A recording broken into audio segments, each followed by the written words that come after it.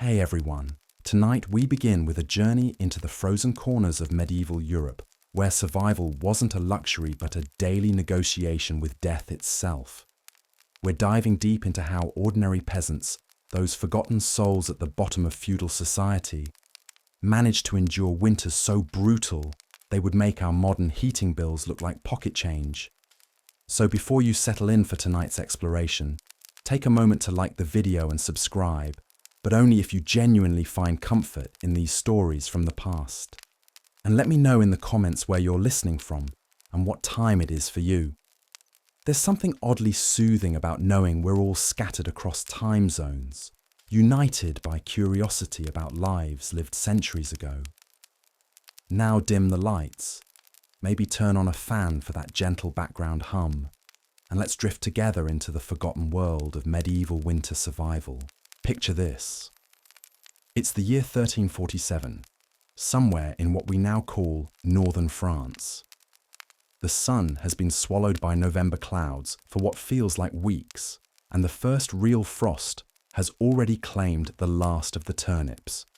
You're a peasant, which means you own almost nothing except the clothes on your back, and maybe, if you're fortunate, a small plot of land that belongs to someone else anyway.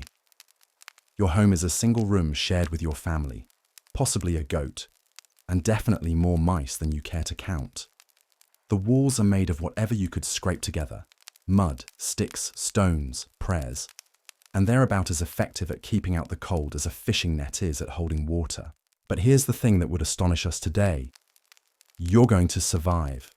Not just tonight, not just this winter, but potentially dozens of winters just like this one. And you're going to do it without central heating, without insulation, without even glass in your windows. You're going to do it using nothing but ingenuity, community, and a kind of stubborn resilience that we've almost forgotten how to admire. Tonight, we're going to explore exactly how that happened.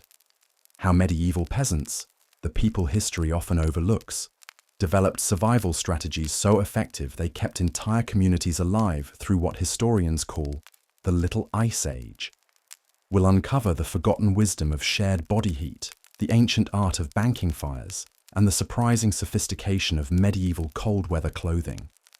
We'll discover how entire villages work together like a single organism, pooling resources and knowledge to outlast winters that regularly kill the unprepared. This isn't just a story about the past. It's about human adaptation at its most fundamental level. About communities that understood something we're only beginning to remember, that survival isn't an individual achievement but a collective art form. And perhaps most remarkably, we'll see how these medieval survival techniques are being rediscovered by modern survivalists, homesteaders, and anyone trying to live more sustainably in our current world. The medieval peasants' approach to winter survival began long before the first snowflake fell. Unlike us, with our weather apps and 7-day forecasts, they read the signs written in nature itself. The thickness of animal fur, the height at which birds built their nests, the behavior of insects in late summer. All of these became a complex prediction system that often proved more accurate than we might expect. Preparation started in August. While the wealthy might have had storerooms filled by servants, peasants had to do everything themselves. Every spare moment was spent gathering, preserving, and stockpiling. They collected firewood obsessively, not just the obvious dead branches, but also pine needles for tinder, bark for kindling, and even animal dung, which burns longer and hotter than most people realize. They dried herbs not just for flavoring their monotonous winter diet, but because many of these plants had medicinal properties that could mean the difference between recovering from illness and succumbing to it. The harvest wasn't just about grain. Peasants gathered everything edible: acorns that could be ground into flour, berries that could be dried, nuts that would provide crucial fats during the lean months. They pickled vegetables in whatever vessels they could find, often just wooden barrels or ceramic pots sealed with animal fat. Nothing was wasted because waste meant death. But perhaps most importantly, they prepared their homes. This wasn't the kind of preparation we might imagine. replacing windows or adding insulation. This was survival architecture at its most basic. They stuffed gaps between stones with moss, mud, and straw. They built up earthen berms around the foundations of their homes to block wind. They gathered reeds and rushes to spread on floors, creating primitive but effective insulation against the frozen ground. The most crucial preparation, however, was social. Medieval peasants understood something that we've largely forgotten in our individualistic age, that survival was a community effort. They formed informal networks of mutual aid, agreements about sharing resources, rotating night watches to tend fires, and even something like primitive insurance systems where families would take turns hosting communal meals to spread the burden of feeding everyone.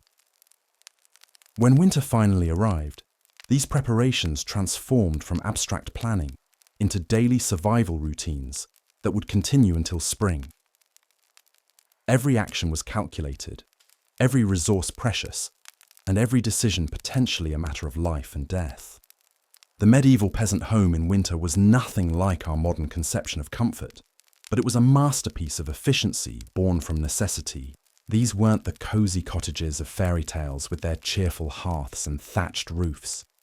They were survival machines, designed by people who understood that warmth wasn't a comfort, but a requirement for seeing another sunrise. Most peasant homes were single-room affairs, typically measuring no more than 12 by 16 feet. This wasn't due to lack of ambition, but to brutal practicality. A smaller space was easier to heat, and heat was the most precious commodity in the medieval winter economy. The entire family would sleep, eat, work, and live in this one room, along with any animals they were fortunate enough to own. This wasn't just about convenience, it was about survival. Animals generate significant body heat, and in the mathematics of medieval winter survival, every degree mattered. The walls were constructed using whatever materials were locally available and affordable, which usually meant not much. Wattle and daub was common, a technique where wooden strips were woven together and then covered with a mixture of clay, sand, animal dung, and straw. The animal dung wasn't just a desperate addition, it actually served multiple purposes. It helped bind the mixture, provided some insulation, and when it dried, created a surprisingly durable surface. Modern people wrinkle their noses at the thought, but medieval peasants were more concerned with effectiveness than aesthetics. The roof was typically thatched, made from whatever organic materials could be layered thick enough to shed rain and snow. Straw, reeds, even strips of bark were woven together in overlapping patterns. A well-constructed thatched roof could last decades if maintained properly, and it provided better insulation than modern people often realize. The thick layers of organic material trapped air, creating a barrier against both heat loss and moisture infiltration. Windows were a luxury that most peasants couldn't afford, and honestly, wouldn't have wanted. Glass was expensive beyond imagination, and even oiled cloth or animal membrane stretched over openings let in cold air. Most peasant homes had no windows at all, just a door, and perhaps a small opening near the roof to let out smoke. This created homes that were dark, certainly, but also much easier to keep warm. The floor was usually just packed earth, sometimes covered with rushes or straw that could be changed when they became too soiled or infested with vermin. Stone floors were better for keeping out moisture and pests, but they were also much colder, and stone was expensive to quarry and transport. Earth floors could be swept clean, and they actually absorbed and radiated heat better than stone, making them the practical choice for people whose primary concern was staying warm enough to survive. But the real heart of any medieval peasant home was the hearth. This wasn't just where they cooked, it was where life happened. The fire was never allowed to go out completely because starting a new fire was difficult, time-consuming, and wasted precious fuel. Instead, fires were banked each night, covered with ashes in a way that kept coals alive until morning, when they could be coaxed back to flame. The positioning of the hearth was crucial. It needed to be central enough to heat the entire space, but placed so that smoke would draft properly toward whatever opening existed for ventilation. Many peasant homes had no chimney at all, just a hole in the roof or a gap between the walls and the thatch. This meant that much of the smoke simply filled the upper portion of the room before slowly finding its way out. This sounds unbearable to us, but medieval peasants adapted to it. And the smoke actually helped preserve food that was hung from the rafters and discouraged insects and vermin. Around the hearth, the family would arrange their sleeping areas. Not beds as we know them, but piles of straw, rushes, or whatever soft materials could be gathered, covered with whatever fabrics or animal skins were available. The warmest spots, closest to the fire, were reserved for the youngest children and the eldest family members, those most vulnerable to the cold. Everyone else arranged themselves in order of need and family hierarchy. This sleeping arrangement wasn't just about warmth, though that was certainly the primary concern. It was about survival through community. Bodies pressed together shared heat more efficiently than bodies sleeping alone. Medieval peasants understood that individual survival was less important than family survival, and their sleeping arrangements reflected this understanding. During the day, the area around the hearth became the centre of all household activity. Food preparation, crafts like spinning or weaving, tool maintenance, childcare, all of this happened within the warm circle of firelight. The fire provided not just heat, but also light for work, and the social focus that kept families functional during the long, dark months when outdoor work was impossible. The management of fuel was an art form in itself. Wood was precious, especially the kind of hardwood that burned long and hot. Peasants became experts at judging exactly how much fuel to add to keep a fire burning without waste. They learned to use different types of wood for different purposes. Softwood for quick heat when cooking. Hardwood for the long, slow burn needed to last through the night. They also burned whatever else would produce heat. Animal dung, when properly dried, burns surprisingly well and produces steady heat. Peat, where it was available, could be cut from bogs and dried for winter fuel. Even bones, after the marrow had been extracted for food, would be burned for their slow, steady heat. Nothing that could produce warmth was ever discarded. The result was a home that was dark, smoky, crowded, and by our standards, quite uncomfortable. But it was also warm enough to sustain life, efficient in its use of limited resources, and designed around the understanding that comfort was less important than survival. These homes weren't built for luxury, they were built for endurance, and they served that purpose with remarkable effectiveness. Medieval peasants didn't just survive winter nights. They developed techniques that allowed them to thrive despite conditions that would challenge even modern survival experts. Their methods were born from generations of trial and error, passed down through families and communities as precious knowledge that could mean the difference between life and death. And as we'll discover, many of these techniques are so effective that they're still being used today by people who choose to live off the grid or who find themselves in emergency situations. The sophistication of medieval cold weather survival extended far beyond simple shelter. It encompassed clothing strategies, food preservation, community cooperation, and even psychological techniques for maintaining morale during the darkest months. These weren't primitive people stumbling through harsh conditions. They were experts in human adaptation, specialists in the art of endurance who had refined their methods over centuries. Their clothing systems were marvels of layered engineering that put modern outdoor gear to shame. The key wasn't having one warm garment, but rather understanding how different fabrics and layers work together to trap air and create insulation. The base layer was typically linen, worn directly against the skin. This might seem counterintuitive since linen isn't particularly warm, but medieval peasants understood something that modern hikers have rediscovered. Linen wicks moisture away from the body, preventing the deadly chill that comes from wet clothing against skin. Over the linen came wool, and not the soft, processed wool we know today. This was rough, oily wool that still contained much of the lanolin that naturally waterproofs sheep. A wool tunic or dress would be worn over the linen, and this wool layer was never washed in the way we think of washing.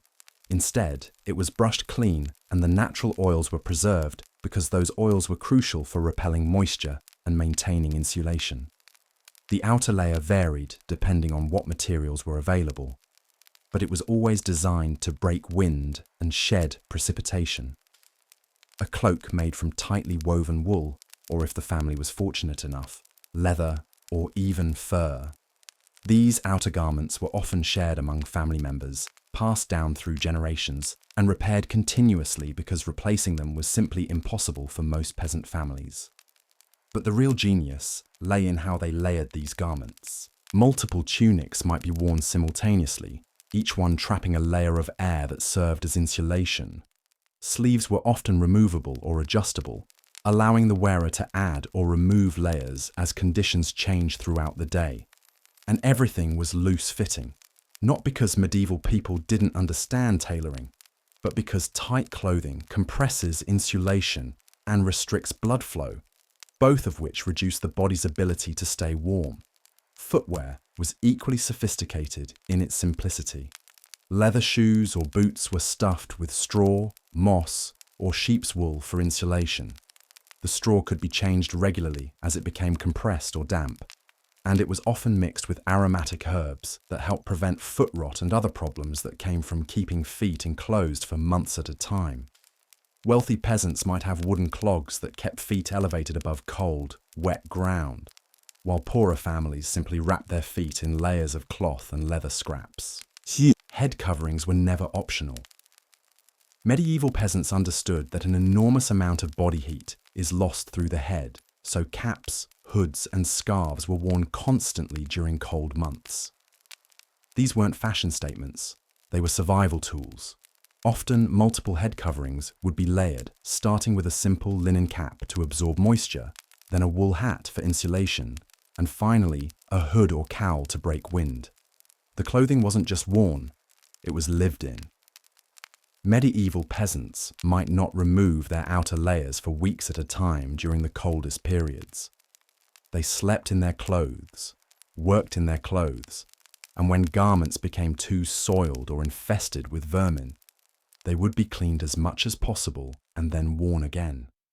This sounds unsanitary to modern sensibilities, but it was practical when survival was the primary concern.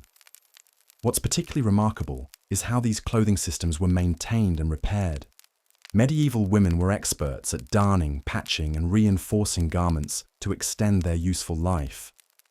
A single wool cloak might serve a family for generations, constantly altered and repaired, but never discarded. They understood that prevention was better than replacement, so garments were regularly inspected, and small problems were fixed before they became large ones. The social aspect of clothing was also crucial. Families shared garments, with the warmest and most complete outfits, going to whoever was working outside, or was most vulnerable to cold. When someone died, their clothing was immediately redistributed to family members who needed it most. There was no sentiment about personal possessions when survival was at stake. Medieval peasants also understood the importance of keeping extremities warm. Mittens were preferred over gloves because fingers kept together stay warmer than fingers separated. These mittens were often made with a separate thumb section, but with the fingers together, allowing for some dexterity while maximizing warmth. They were frequently attached to cords that ran through sleeves and across the back, preventing them from being lost, which would have been potentially fatal. The psychological aspect of dressing for winter was equally important. Putting on all the layers each morning was a ritual that prepared both body and mind for the challenges of the day. The weight and bulk of winter clothing served as a constant reminder that survival required vigilance and preparation. And when the layers came off each evening by the fire, it marked a transition into the relative safety and warmth of home.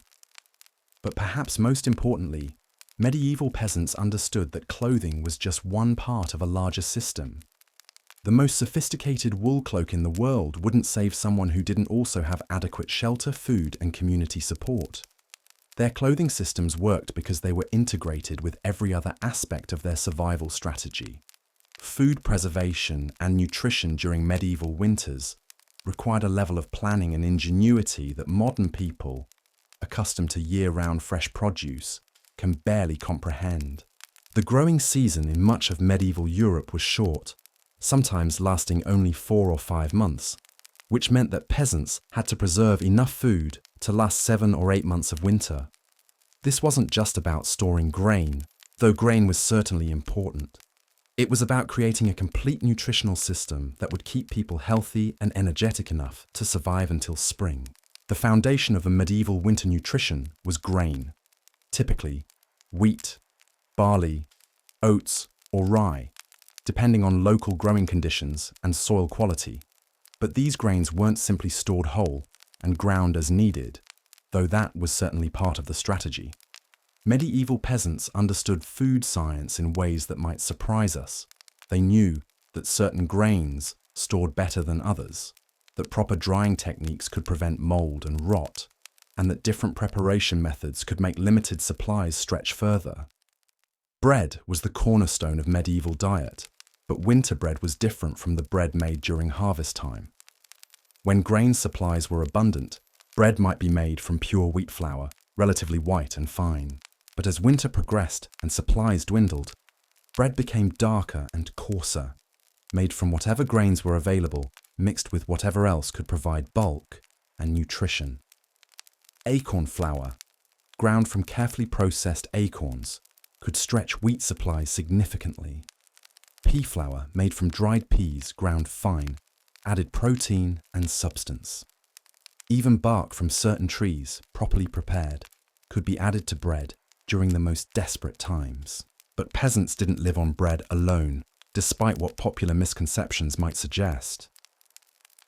They were sophisticated food preservers who understood multiple techniques for keeping different types of food safe and nutritious throughout the winter months.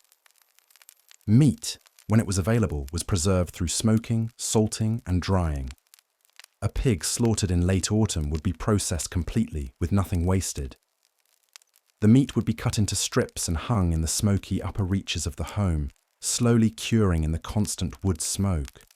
The fat would be rendered into lard, which served both as cooking fat and as a preservative for other foods. Even the blood would be made into sausages mixed with grain and spices. Dairy products were equally important and equally carefully preserved. Milk couldn't be kept fresh for long, but it could be turned into cheese, and medieval peasants were experts at making hard cheeses that would keep for months without spoiling. These weren't the refined cheeses we might think of today, but rough, strong flavoured cheeses that provided crucial protein and fat during the winter months. Butter was salted heavily and packed into crocks, covered with more salt, or even sealed with melted fat to keep air away. Vegetables required different preservation techniques. Root vegetables like turnips, carrots, and onions could be stored in root cellars, underground chambers that stayed cool but didn't freeze. Cabbages could be fermented into what we now call sauerkraut, a process that not only preserved the vegetable, but actually increased its nutritional value.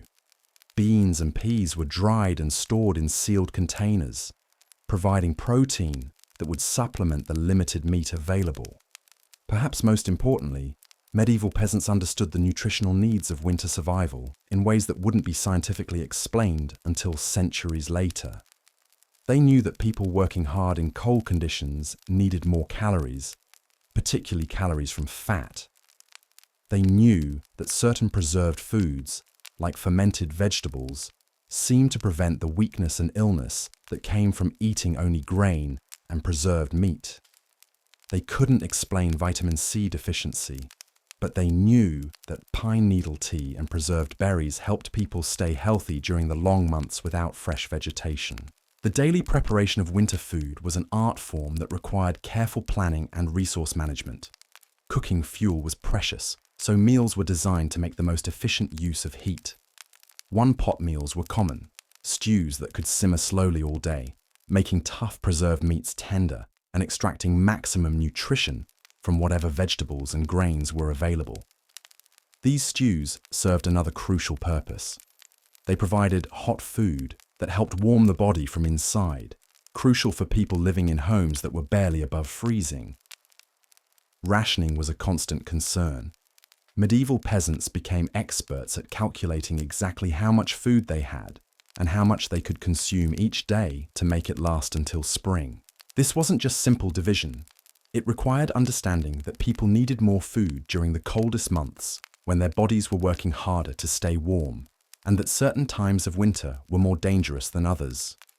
Late winter, when stored food was running low but spring hadn't yet arrived, was often called the hunger gap, and surviving this period required careful planning and often community cooperation. Water, something we take completely for granted, was another crucial concern during medieval winters. Wells might freeze, streams might become inaccessible due to snow and ice, and even when water was available, it might be contaminated or dangerous to drink. Medieval peasants developed multiple strategies for ensuring safe water supplies throughout the winter months. They collected rainwater and snow, melting it near the fire, and storing it in whatever containers were available. They understood that boiling water made it safer to drink, though they couldn't explain why. Many families made weak ales and beers not just for the alcohol content, but because the brewing process made water safer and the finished product wouldn't freeze as easily as plain water. The social aspects of food during medieval winters were just as important as the technical aspects of preservation and preparation. Meals were communal events that served social and psychological functions beyond simple nutrition. Sharing food reinforced family and community bonds, and the daily ritual of gathering around the fire to eat provided structure and comfort during the long, dark months. Hospitality, even when resources were desperately limited, was considered a moral obligation. A stranger arriving at a peasant home during winter would be offered food and shelter, not out of abundance, but out of understanding that survival depended on mutual aid.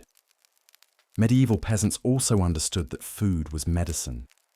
Certain herbs and preserved foods were known to help with winter ailments, coughs and fevers, and the general weakness that came from months of limited diet and constant cold. Honey, when it was available, was treasured not just as a sweetener, but as a medicine that could soothe throats and provide energy.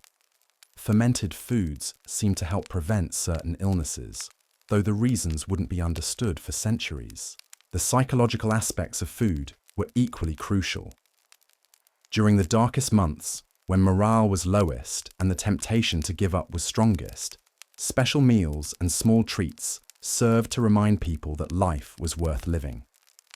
A feast day celebration, even with limited resources, could provide the psychological boost needed to continue struggling through winter. Medieval peasants understood that hope was as important as calories for winter survival. The preservation of warmth in medieval peasant communities wasn't just about individual survival strategies. It was about understanding that heat, like food, was a resource that could be shared, multiplied, and conserved through collective effort. The most successful medieval villages weren't those with the richest inhabitants, but those with the most sophisticated systems of mutual aid and resource sharing. Community heating was perhaps the most ingenious of these collective survival strategies. While each family maintained their own hearth, villages developed networks of shared warmth that extended far beyond individual homes. The village baker's oven, for instance, didn't shut down after the daily bread was finished. Once the bread was removed, families would bring their prepared meals to be cooked in the residual heat. Stews that had been assembled at home would spend hours in the slowly cooling oven, emerging tender and hot just as families were gathering for their evening meal. But the sharing went deeper than just cooking facilities. Families took turns hosting communal work sessions during the coldest months, rotating the burden of heating a space large enough for multiple families to work together. Women would gather to spin wool, mend clothing and prepare food, while men might work on tool repair or craft items that would be needed come spring. These gatherings weren't just practical, They were psychological lifelines during the isolating winter months. The village church, where it existed, often served as an emergency warming station during the most brutal cold snaps. The massive stone walls that made churches cold and drafty in summer actually worked as thermal mass during winter, slowly absorbing and radiating heat from the candles and oil lamps that burned continuously. When temperatures dropped to life-threatening levels, entire families might spend nights in the church, huddled together in the nave while the priest maintained minimal heating through the long, dark hours. Medieval peasants also developed sophisticated systems for sharing and conserving fuel. Families would coordinate their wood-gathering efforts, with different households taking responsibility for different types of fuel. Some specialized in collecting the fine tinder needed to start fires quickly. Others focused on gathering the long-burning hardwood that would sustain heat through the night. Still others became experts at finding and processing alternative fuels like peat, dried dung, or even bones from slaughtered animals. The management of these communal resources required a level of social organization that historians are only beginning to fully appreciate. Villages developed informal but strict protocols about fuel sharing. A family whose primary breadwinner was injured or ill would find wood mysteriously appearing near their door. Elderly people living alone would discover that their fuel supplies were being quietly replenished by neighbours. But these weren't random acts of charity. They were systematic approaches to ensuring that the entire community survived. Children played crucial roles in these community survival systems. From a very young age, they were taught to recognize the signs of hypothermia and exhaustion in adults.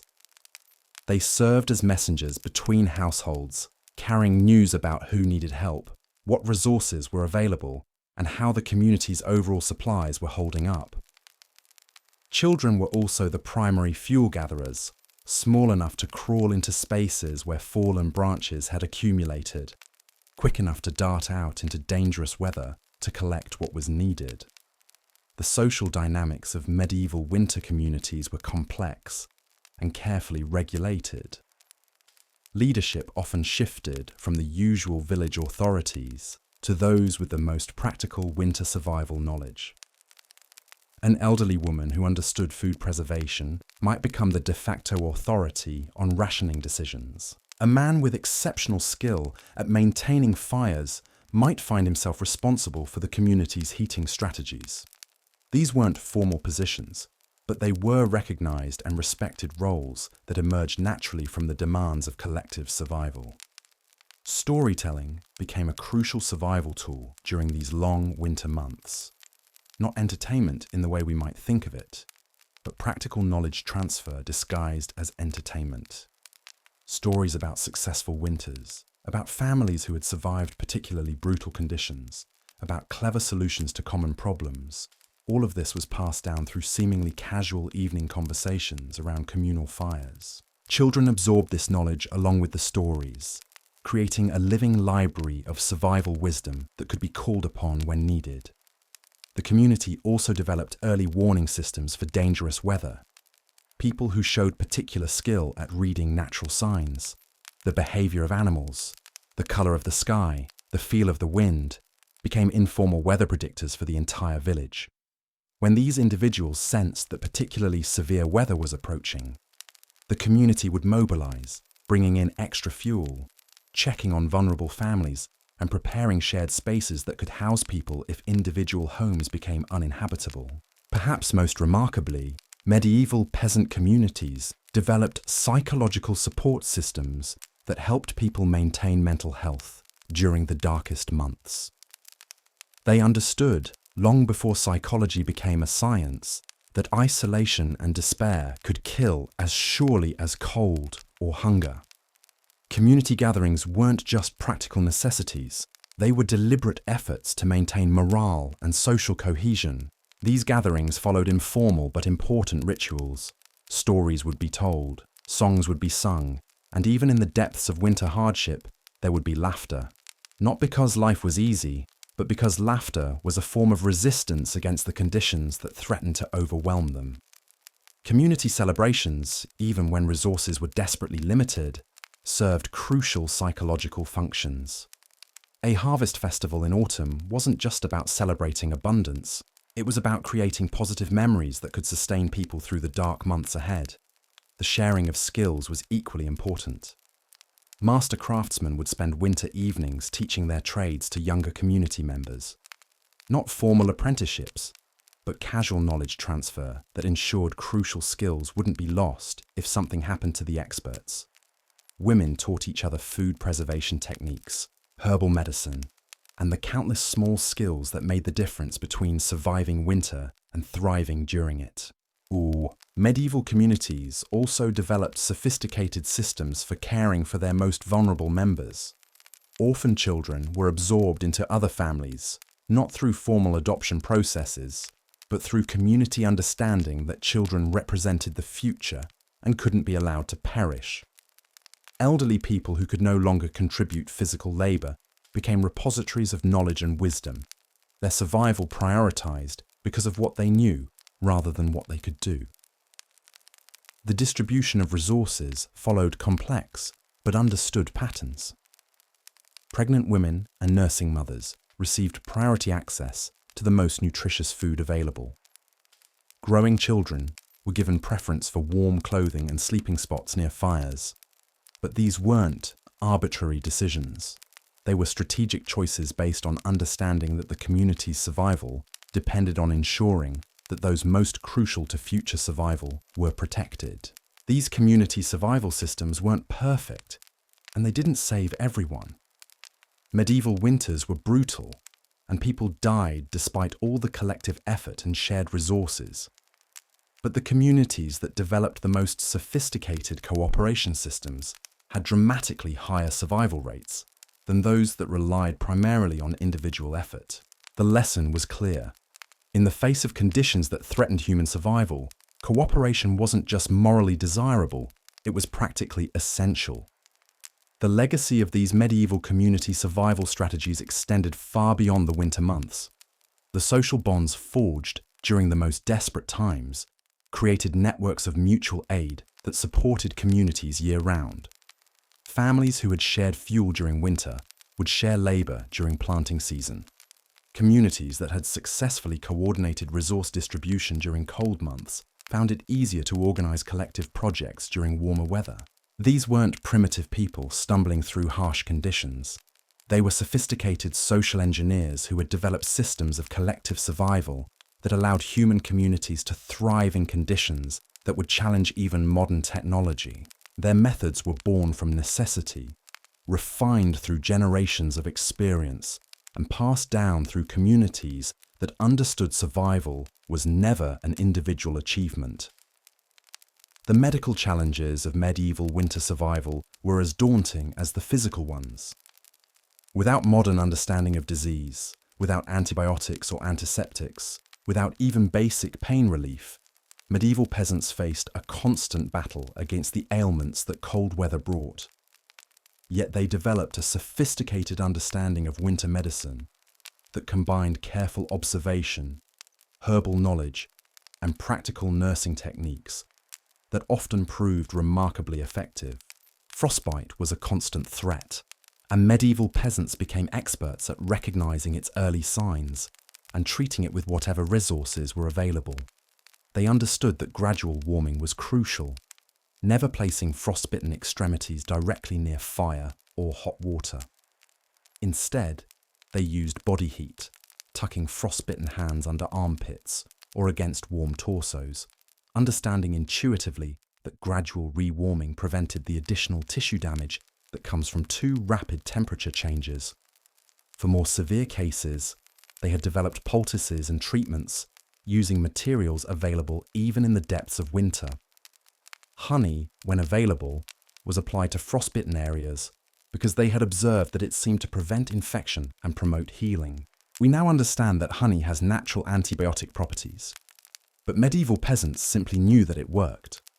Animal fat was used as a protective barrier against further cold damage, and certain herbs that could be gathered year-round or preserved from summer were made into salves and treatments. Respiratory ailments were perhaps the most common winter health challenge. The combination of cold air, smoky living conditions, and close quarters made coughs, fevers, and lung infections nearly inevitable. Medieval peasants developed a pharmacy of respiratory treatments, using whatever plants remained available during winter months. Pine needle tea provided what we now know was vitamin C, helping to boost immune systems. Honey mixed with various herbs created cough syrups that soothed irritated throats and provided calories for people struggling to maintain their strength. They understood the importance of steam treatments long before the science behind them was discovered. Heated stones dropped into vessels of water created steam that could be inhaled to ease breathing difficulties. Certain herbs added to these steam treatments provided additional relief, and families became expert at creating improvised steam tents using cloaks and blankets to concentrate the beneficial vapors. The treatment of injuries during winter required particular skill because healing was slower in cold conditions, and infection was more likely when people couldn't maintain proper hygiene. Medieval peasants developed wound care techniques that prioritized keeping injuries clean and promoting healing despite challenging conditions.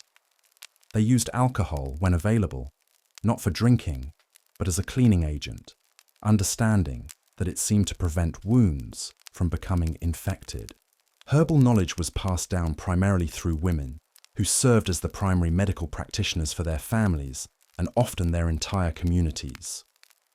These women weren't trained in formal medicine, but they possessed encyclopedic knowledge of which plants could treat which ailments, how to prepare and apply various treatments, and how to recognize when someone's condition was beyond their ability to treat. The psychological aspects of medieval winter medicine were equally important. People living in constantly challenging conditions were prone to what we might now recognize as seasonal depression, and medieval communities developed ways of addressing these psychological challenges. Communal activities, storytelling, music, and even primitive forms of light therapy using reflective surfaces to maximize the benefit of limited winter sunlight all played roles in maintaining mental health. Nutrition as medicine was another area where medieval peasants showed sophisticated understanding. They knew that certain preserved foods seemed to prevent specific ailments. Fermented vegetables prevented what we now know was scurvy. Liver from slaughtered animals was given to people showing signs of weakness or illness. Bone broth, simmered for days from the bones of slaughtered animals, was understood to provide strength and healing. And modern science has confirmed that these broths are indeed rich in minerals and nutrients that support immune function. The care of children during winter months required special knowledge because children were more vulnerable to cold-related illnesses, but also more likely to recover quickly if properly treated.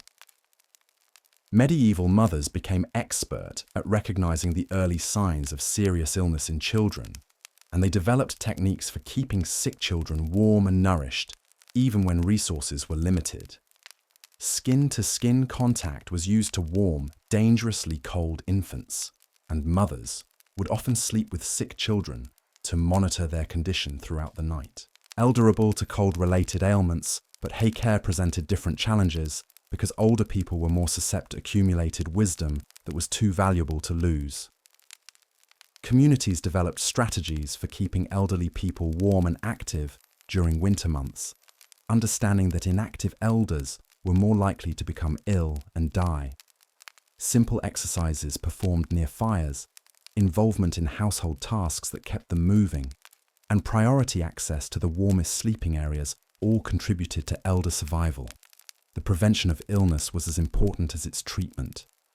Medieval peasants understood that staying healthy was easier than recovering from sickness, especially during winter months when the body's resources were already stressed by cold and limited nutrition. They developed daily routines designed to maintain health, from morning exercises performed near fires to evening routines that prepared the body for restorative sleep. Hygiene during winter months required creative solutions, because traditional washing wasn't practical when water had to be heated laboriously and living spaces were too cold for bathing.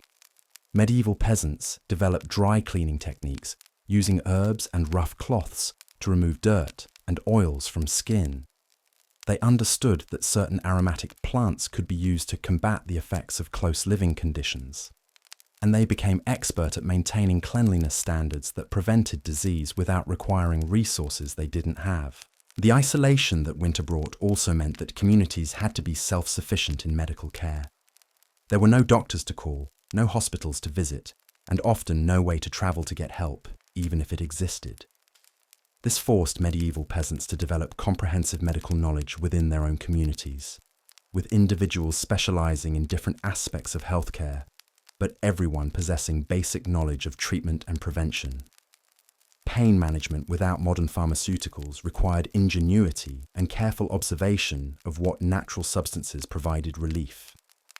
Willow bark tea contained what we now know is a natural form of aspirin. Certain fermented beverages provided pain relief and helped people sleep despite discomfort. Heat applied through heated stones wrapped in cloth could ease muscle pain and joint stiffness. Cold applications using snow or ice could reduce swelling and provide numbing relief for some types of pain. The success of medieval medical practices during winter months wasn't measured by modern standards of cure rates or life expectancy. It was measured by the ability to keep communities functional despite constant health challenges. A successful winter wasn't one where no one got sick.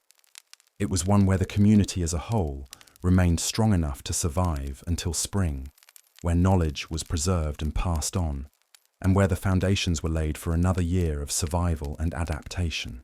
The medical knowledge of medieval peasants extended beyond treating immediate ailments to understanding the deeper rhythms of winter survival. They recognized that the human body itself was a survival tool that needed to be maintained and optimized for the harsh conditions they faced. This understanding led to practices that modern science has validated, but which they discovered through careful observation and generations of trial and error. Body heat conservation became a sophisticated science among medieval communities. They understood that the core temperature had to be maintained at all costs, even if that meant sacrificing warmth in extremities. Peasants learned to recognize the early warning signs when their bodies were losing the battle against cold. The subtle changes in coordination, the creeping drowsiness that preceded dangerous hypothermia, the way skin color changed as circulation began to fail. Their response to these warning signs was systematic and immediate. The affected person would be surrounded by other family members, creating a human heating system where multiple bodies shared their warmth. This wasn't just about physical contact. It was about creating a microenvironment where breath, body heat, and shared warmth could raise the core temperature back to safe levels. Children were particularly valued in these situations because their faster metabolisms generated proportionally more heat per body weight. Medieval peasants also understood circulation in ways that wouldn't be scientifically explained for centuries. They knew that keeping blood moving was crucial for maintaining warmth, so they developed exercise routines that could be performed in small spaces around fires. These weren't elaborate fitness programs, but simple movements that kept blood flowing to extremities. Foot exercises performed while sitting near the fire, hand and arm movements that could be done while working, even facial exercises that prevented the numbness that could signal dangerous cold exposure. The management of sleep during winter months required particular expertise because sleep was when the body was most vulnerable to losing heat. Medieval families developed sleeping systems that maximized warmth while ensuring that everyone got adequate rest. The youngest and oldest slept in the center of family groups, surrounded by those whose bodies generated the most heat. Bedding was shared and layered, with families using every available fabric, fur, and stuffing material to create communal sleeping areas that trapped and held body heat throughout the long winter nights. But perhaps most remarkably, they understood the importance of mental preparation for winter survival. They knew that attitude and mindset could literally mean the difference between life and death during the hardest months. Communities developed rituals and practices designed to maintain morale and hope even when conditions seemed hopeless. These weren't religious ceremonies, though religion certainly played a role, but practical psychological techniques for maintaining the will to survive. Storytelling served multiple functions in this mental preparation. Stories of previous winters survived, of families who had overcome seemingly impossible challenges, of communities that had pulled together during the worst conditions, all served to reinforce the belief that survival was possible. These stories weren't just entertainment. They were instruction manuals disguised as folklore, teaching practical lessons while maintaining hope and community cohesion. The rhythm of daily life during medieval winters was carefully structured to maximize both physical survival and psychological well-being. Each day began with specific routines designed to assess the family's condition and resources. Fires were rekindled and fuel supplies checked. Food stores were inventoried and the day's meals planned. Family members were evaluated for signs of illness, injury, or dangerous cold exposure. These morning assessments weren't casual observations. They were systematic evaluations that determined how the family's resources would be allocated throughout the day. Work assignments during winter months were distributed based on both capability and conservation of energy. The most physically demanding tasks were assigned to those best able to handle them, while those who were elderly, young, or recovering from illness were given work that could be performed near the fire. Nothing was random about these assignments. Medieval peasants understood that misusing human energy during winter could have fatal consequences. The preparation of meals during winter became a complex calculation involving nutrition, fuel conservation, and morale maintenance. Hot food wasn't just about calories. It was about warming the body from inside and providing psychological comfort during the darkest days. Medieval cooks became experts at creating meals that maximized nutritional value while using minimal fuel, often preparing dishes that could cook slowly all day, using residual heat from fires that were maintained for warmth. Afternoon activities were planned around the available daylight and the need to conserve both human energy and fuel resources. Outdoor work was limited to the warmest part of the day and only when absolutely necessary. Most winter work happened indoors near fires, with families engaging in activities that contributed to their survival while keeping everyone warm and occupied. Women spun wool and mended clothing. Men repaired tools and crafted items that would be needed come spring. Children learned essential skills while staying close to heat sources. Evenings were perhaps the most crucial time for medieval winter survival, not just because temperatures dropped to their most dangerous levels, but because this was when communities came together to share resources, knowledge, and psychological support. Evening meals were communal affairs whenever possible, with families gathering to share food, warmth, and conversation. These gatherings weren't luxury, they were survival strategy, maintaining social bonds that would be essential for getting through the remainder of winter. The transition to sleep required careful preparation and coordination. Banking fires for the night was a skill that required precise judgment about how much fuel to use, how to arrange coals and ash to maintain heat without wasting wood, and how to ensure that fires wouldn't die completely during the long winter nights. Sleeping arrangements were organized to maximize shared body heat, while ensuring that the most vulnerable family members were protected. Night watches were often maintained, with family members taking turns staying awake to monitor fires, check on those who might be struggling with the cold, and listen for signs of danger from weather or other threats. These watches weren't formal military arrangements, but they were systematic approaches to ensuring that families didn't lose members to preventable dangers during the night hours. The social organization required for medieval winter survival extended beyond individual families to encompass entire communities. Villages developed informal but sophisticated systems for monitoring the well-being of all residents, ensuring that no family was forgotten or allowed to struggle alone. These systems weren't charity in the modern sense. They were mutual insurance policies based on the understanding that community survival depended on individual survival. Neighbors developed protocols for checking on each other, particularly during the most dangerous weather. Smoke rising from chimneys became a daily signal that families were alive and managing their fires successfully. When smoke didn't appear at expected times, neighbors would investigate, often finding families in need of fuel, food, or medical attention. These weren't random acts of kindness. They were systematic approaches to community survival that had been refined over generations. Resource sharing during winter months followed complex but understood patterns. Families with particular skills or resources took responsibility for ensuring that those assets benefited the entire community. A family with exceptional skill at food preservation might take responsibility for advising others on rationing and meal planning. Those with superior knowledge of herbal medicine became informal healthcare providers for their neighbours. Communities with members skilled at predicting weather patterns shared that knowledge to help everyone prepare for dangerous conditions. The children in medieval communities played crucial roles that went far beyond simple obedience to their elders. They served as messengers between households, carrying information about resource availability, health concerns, and community needs. Their small size and agility made them ideal for tasks like gathering fuel in dangerous conditions or checking on isolated families when adults couldn't spare the energy for longer journeys. Young people also served as knowledge preservers, learning the countless skills and techniques that would be essential for their own survival as adults.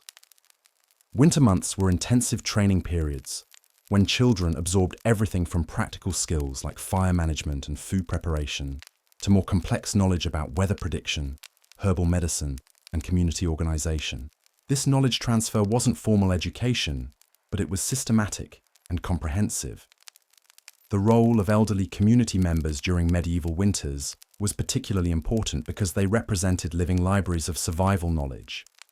Their physical contributions might be limited, but their mental resources were invaluable. Elderly people became advisors and decision makers, their experience with previous winters guiding community choices about resource allocation, weather preparation, and crisis response. Women held positions of particular authority during winter months, not because of any formal recognition, but because so many crucial survival skills fell within their traditional areas of expertise.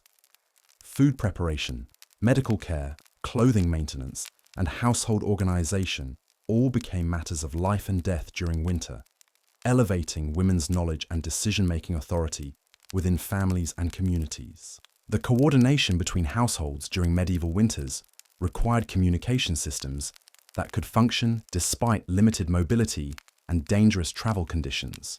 Communities developed signaling methods using smoke patterns, arranged objects, and even sound signals that could convey information about urgent needs, available resources, or impending dangers.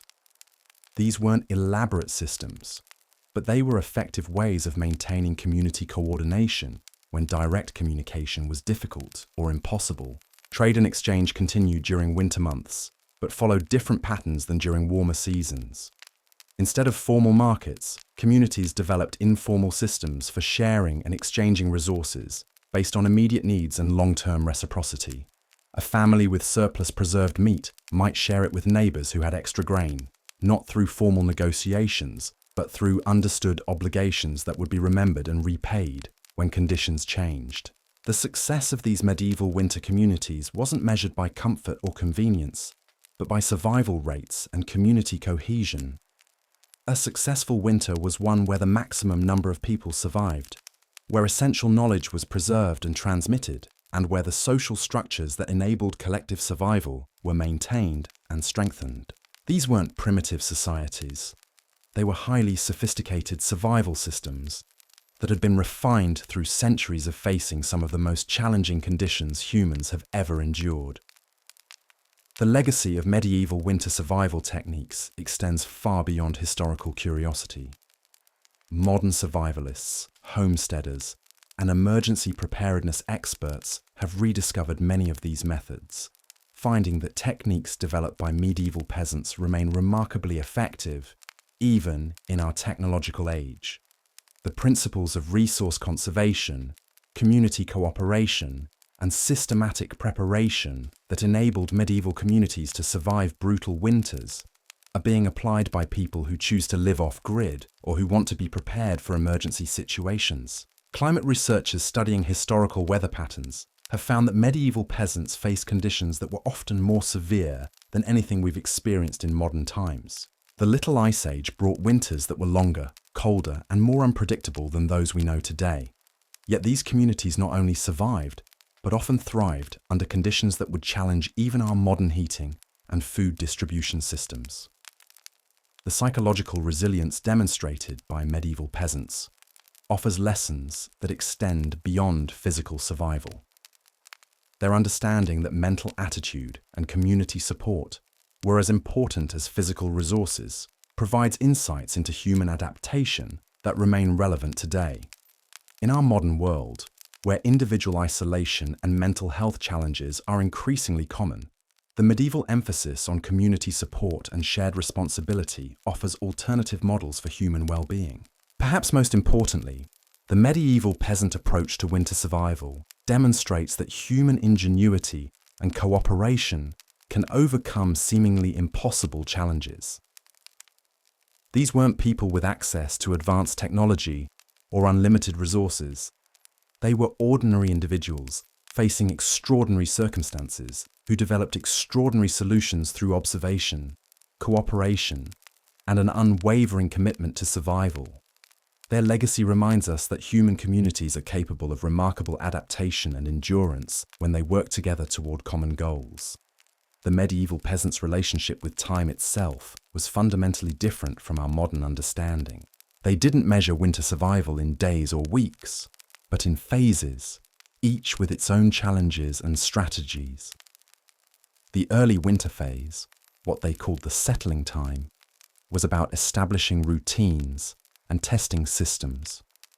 This was when families discovered what worked and what needed adjustment before the truly dangerous months arrived. It was also when communities made final preparations for the isolation that deeper winter would bring. The deep winter phase was the true test. This was when temperatures dropped to their lowest, when fuel supplies dwindled most rapidly, and when the psychological pressure of confinement reached its peak. Medieval peasants understood that this phase required different strategies than early winter. Conservation became even more critical. Social support systems had to function flawlessly, and every decision carried potentially fatal consequences. Families that had seemed comfortable in early winter might find themselves struggling desperately as deep winter progressed. The late winter phase, what modern people might think of as the home stretch, was often the most dangerous of all. By this time, food supplies were at their lowest, fuel reserves were nearly exhausted, and people's physical condition had been worn down by months of cold and limited nutrition. Yet this was also when hope began to return, when the first subtle signs of approaching spring started to appear, when communities had to find the strength to endure just a little longer. Medieval peasants developed different survival strategies for each of these phases, understanding that techniques that worked in early winter might be inadequate or even counterproductive during the deeper months. Early winter strategies focused on preparation and adjustment, making sure systems were working properly and resources were being used efficiently. Deep winter strategies emphasized conservation and endurance, using resources as sparingly as possible, while maintaining just enough warmth and nutrition to survive.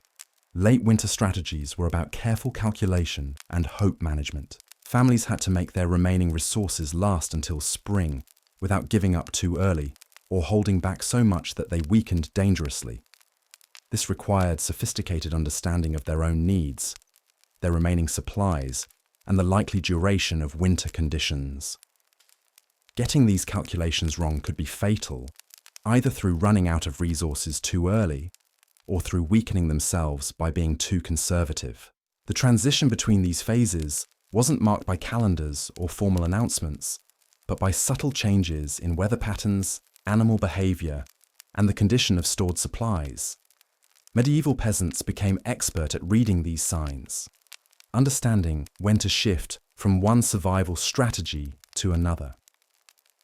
A family that failed to recognize when deep winter was beginning might continue using early winter consumption rates and find themselves in desperate trouble later.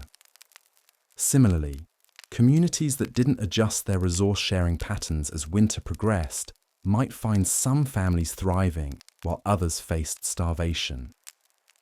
Weather prediction during medieval winters was both more important and more challenging than during other seasons.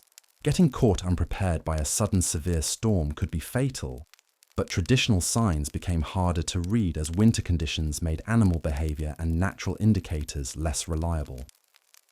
Medieval peasants developed backup systems for weather prediction, using multiple indicators and community knowledge to make the best possible preparations for approaching bad weather. The psychological management of hope and despair during these different winter phases required particular skill. Early winter brought its own challenges as the reality of months of hardship set in, but it also carried the psychological strength that came from full resources and preparation.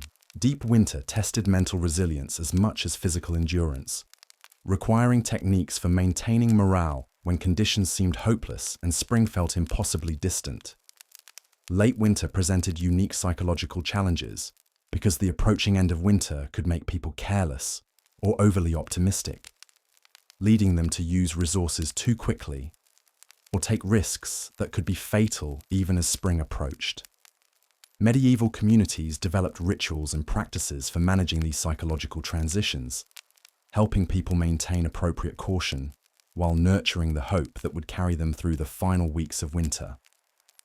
The social dynamics within medieval families changed dramatically as winter progressed through its different phases. Early winter often brought families closer together as they settled into shared living spaces and established routines for surviving the cold months.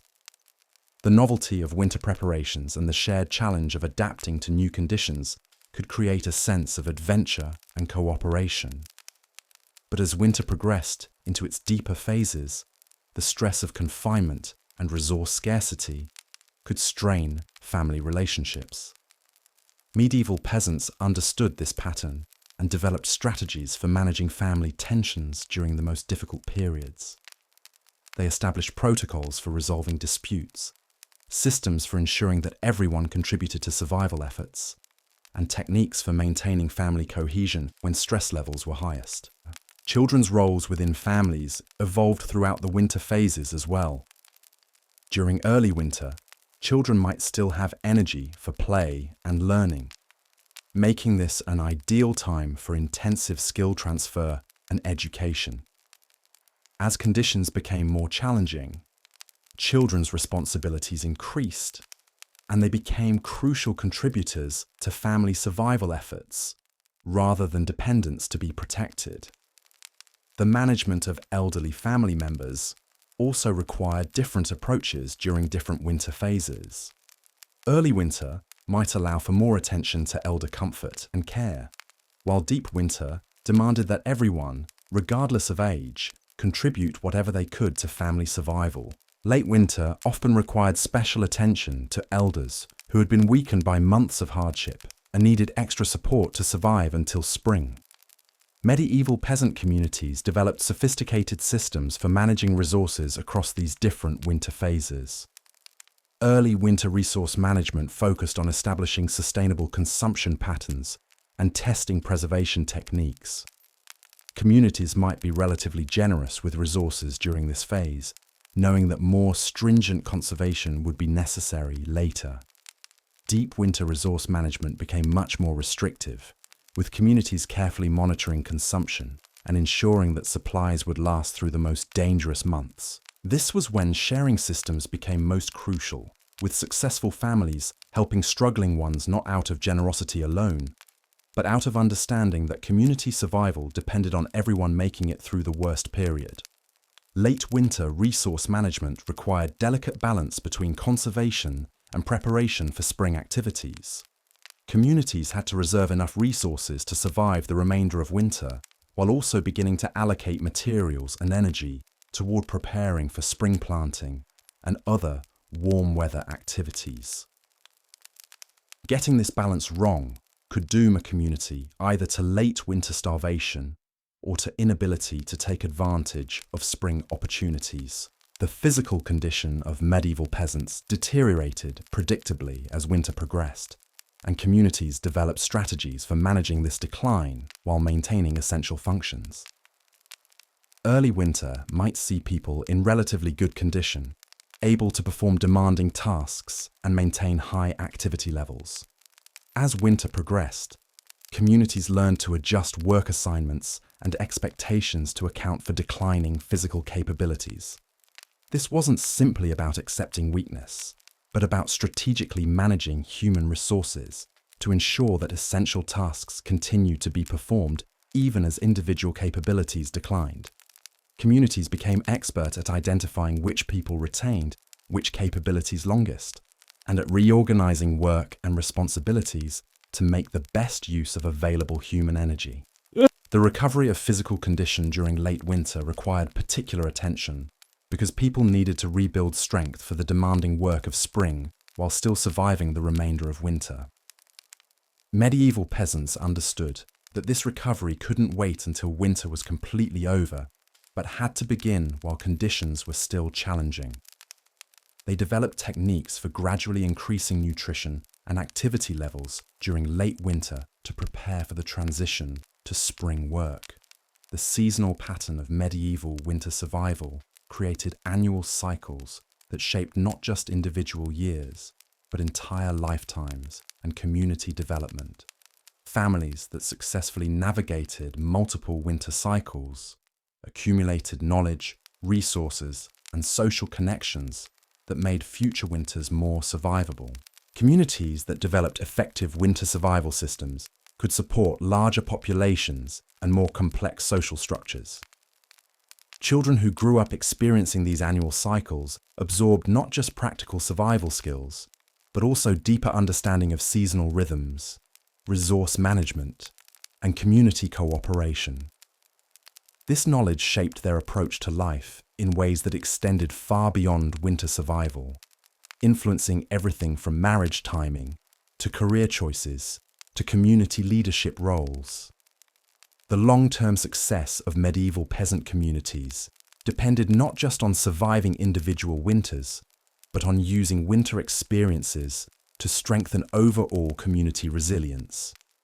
Communities that learned from each winter's challenges, that preserved and passed on successful techniques, and that used winter cooperation to build stronger social bonds, were better equipped to handle not just future winters, but all the other challenges that medieval life presented. The tools and technologies that medieval peasants developed for winter survival were marvels of efficiency and ingenuity, created from materials that were locally available and designed to serve multiple purposes. These weren't the specialized single-use items that characterize modern technology, but versatile implements that could be adapted for different tasks depending on immediate needs. Fire management tools were among the most crucial implements in any medieval household. The fire poker wasn't just for stirring coals, it was a multi-purpose tool that could be used for cooking, defense, and even construction tasks. Fire shovels served not only for managing ashes and coals, but also for moving snow, digging frozen ground, and preparing food. The bellows that helped maintain fires could also be used for other tasks requiring directed airflow, from grain cleaning to metalworking. Medieval peasants became expert at creating and maintaining these tools, using only materials they could produce or gather themselves. Iron was precious and expensive, so most families learned to work with wood, bone, stone, and other readily available materials. They developed techniques for hardening wooden tools with fire, for shaping bone implements with simple abrading techniques, and for creating effective tools from materials that modern people might consider worthless. The maintenance of tools during winter months required particular skill because replacement was often impossible until spring. Medieval families developed comprehensive repair techniques that could restore damaged implements using whatever materials were available. A broken wooden handle might be spliced with carefully shaped pieces and bound with leather or sinew. A dulled blade might be resharpened using stones found locally, with techniques passed down through generations of craftsmen. Storage and organization of tools during winter presented unique challenges. Because space was limited, and everything had to be kept close enough to the fire to prevent freezing while also remaining accessible for daily use. Medieval peasants developed efficient storage systems that maximized accessibility while minimizing the space required. Tools were often hung from rafters or walls, arranged in patterns that made the most frequently needed implements easiest to reach. The creation of new tools during winter months became an important activity that served multiple purposes. It provided productive work that could be done near fires during the coldest weather. It prepared families for spring activities that would require good equipment, and it offered opportunities for teaching skills to younger family members. Winter tool making was often a social activity, with families working together and sharing techniques and materials. Cooking implements during medieval winters had to serve multiple functions because fuel was too precious to waste on single-purpose heating. Pots and pans were designed to maximize heat transfer and retention, often with thick bottoms that could hold heat long after being removed from fires. Cooking vessels were also sized to match family needs and fuel availability, with larger pots used for communal meals and smaller ones for individual portions.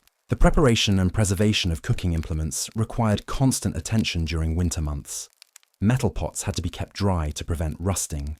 Wooden bowls and utensils needed regular treatment, with animal fats to prevent cracking, and ceramic vessels required careful handling to prevent thermal shock that could shatter them. Medieval families became expert at maintaining their cooking equipment through months of heavy use and challenging conditions. Textile tools for winter clothing production and maintenance were essential for family survival.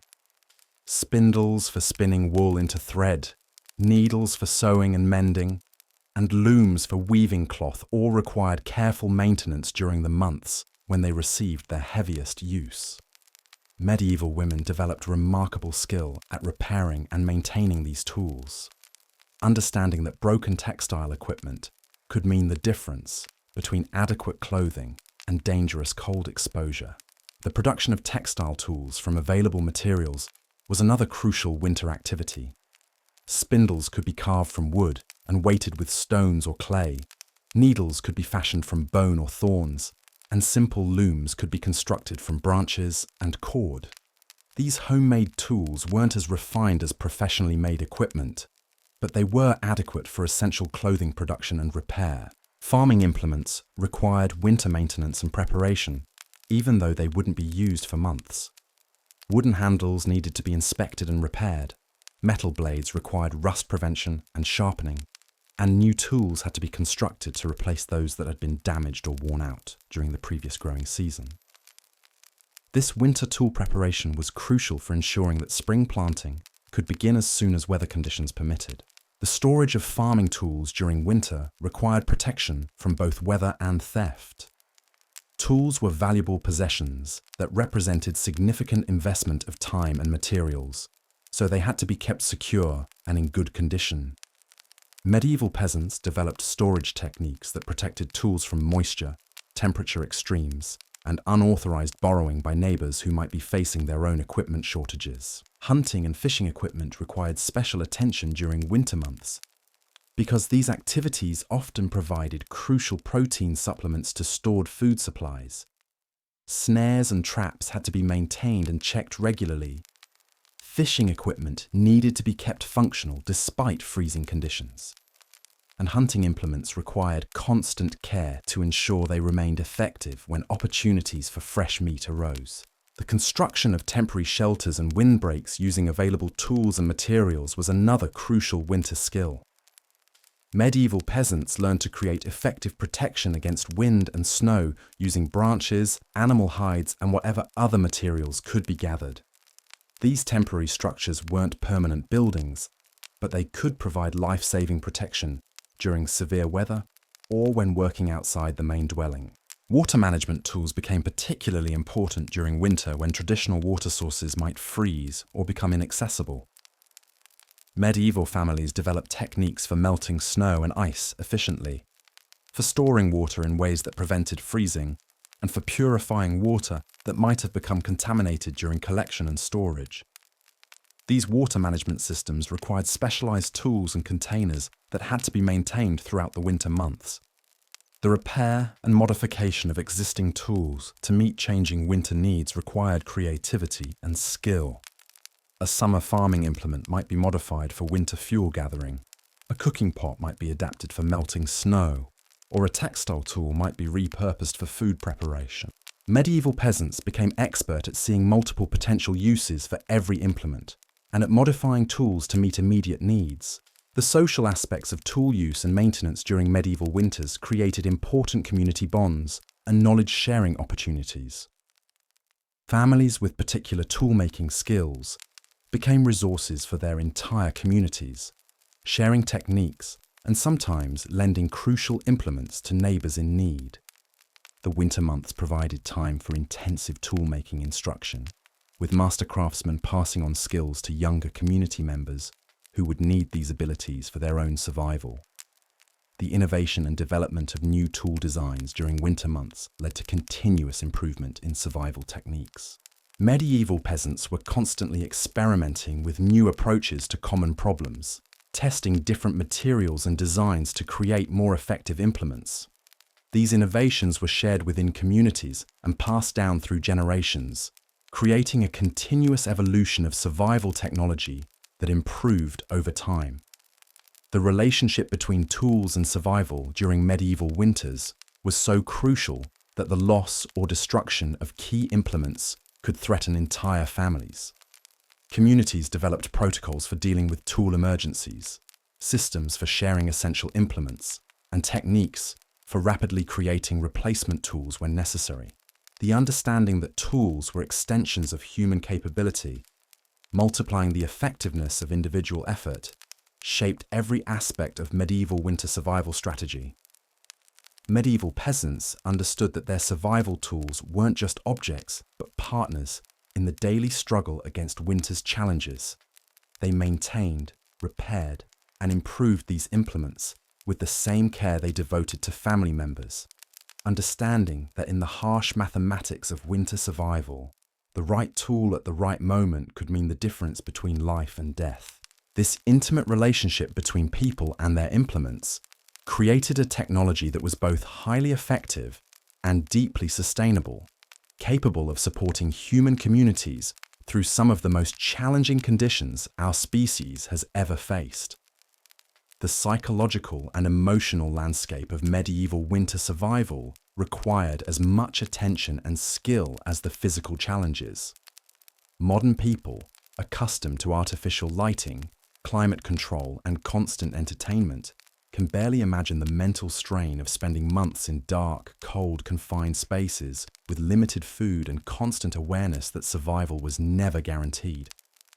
Yet medieval peasants developed sophisticated strategies for maintaining mental health and community morale during these challenging months. The management of fear was perhaps the most crucial psychological skill. Fear of starvation, fear of freezing, fear of illness, fear of death. All of these were constant companions during medieval winters. But medieval communities understood that uncontrolled fear could be as deadly as cold or hunger, leading to panic decisions, resource hoarding, and breakdown of social cooperation. They developed techniques for acknowledging fear while preventing it from overwhelming rational decision-making. Storytelling served multiple psychological functions beyond simple entertainment. Stories provided escape from immediate hardships, but they also served as repositories of practical wisdom and moral guidance. Tales of families who had survived previous disasters, of communities that had overcome seemingly impossible challenges, of individuals who had found strength in desperate circumstances, all served to reinforce the belief that survival was possible and that current hardships were temporary. The rhythm of daily activities during medieval winters was carefully structured to provide psychological as well as physical benefits. Regular routines created a sense of normalcy and control, even when external conditions were chaotic and threatening. Morning activities that assessed the family's condition and planned the day's work provided purpose and direction. Evening activities that brought families together created social connection and shared comfort. Work assignments during winter months were distributed not just based on physical capability, but also on psychological needs. People who were struggling with depression or despair might be given tasks that provided immediate visible results, creating a sense of accomplishment and purpose. Those who were anxious about resource shortages might be put in charge of inventory and rationing, giving them a sense of control over their fears. Community leaders understood that matching work to psychological needs was as important as matching it to physical capabilities. The management of interpersonal conflicts during winter months required particular skill, because tensions that might be easily resolved during warmer months could become dangerous when families were confined together for months at a time. Medieval communities developed conflict resolution techniques that prioritized maintaining group cohesion over individual satisfaction. These weren't necessarily fair or just by modern standards, but they were effective at preserving the cooperation essential for survival. Children's psychological needs during winter months required special attention because young people were particularly vulnerable to the effects of confinement and stress.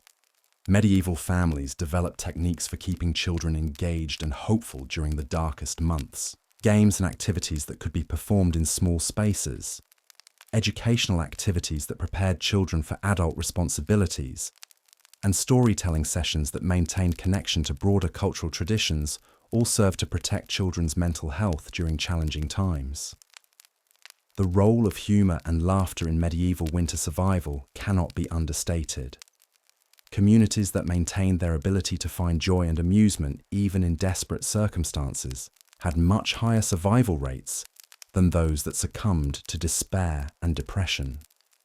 Medieval peasants became expert at finding humour in their situations, at creating entertainment from limited resources, and at using laughter as a tool for maintaining morale and social bonds. Religious and spiritual practices provided crucial psychological support during medieval winters.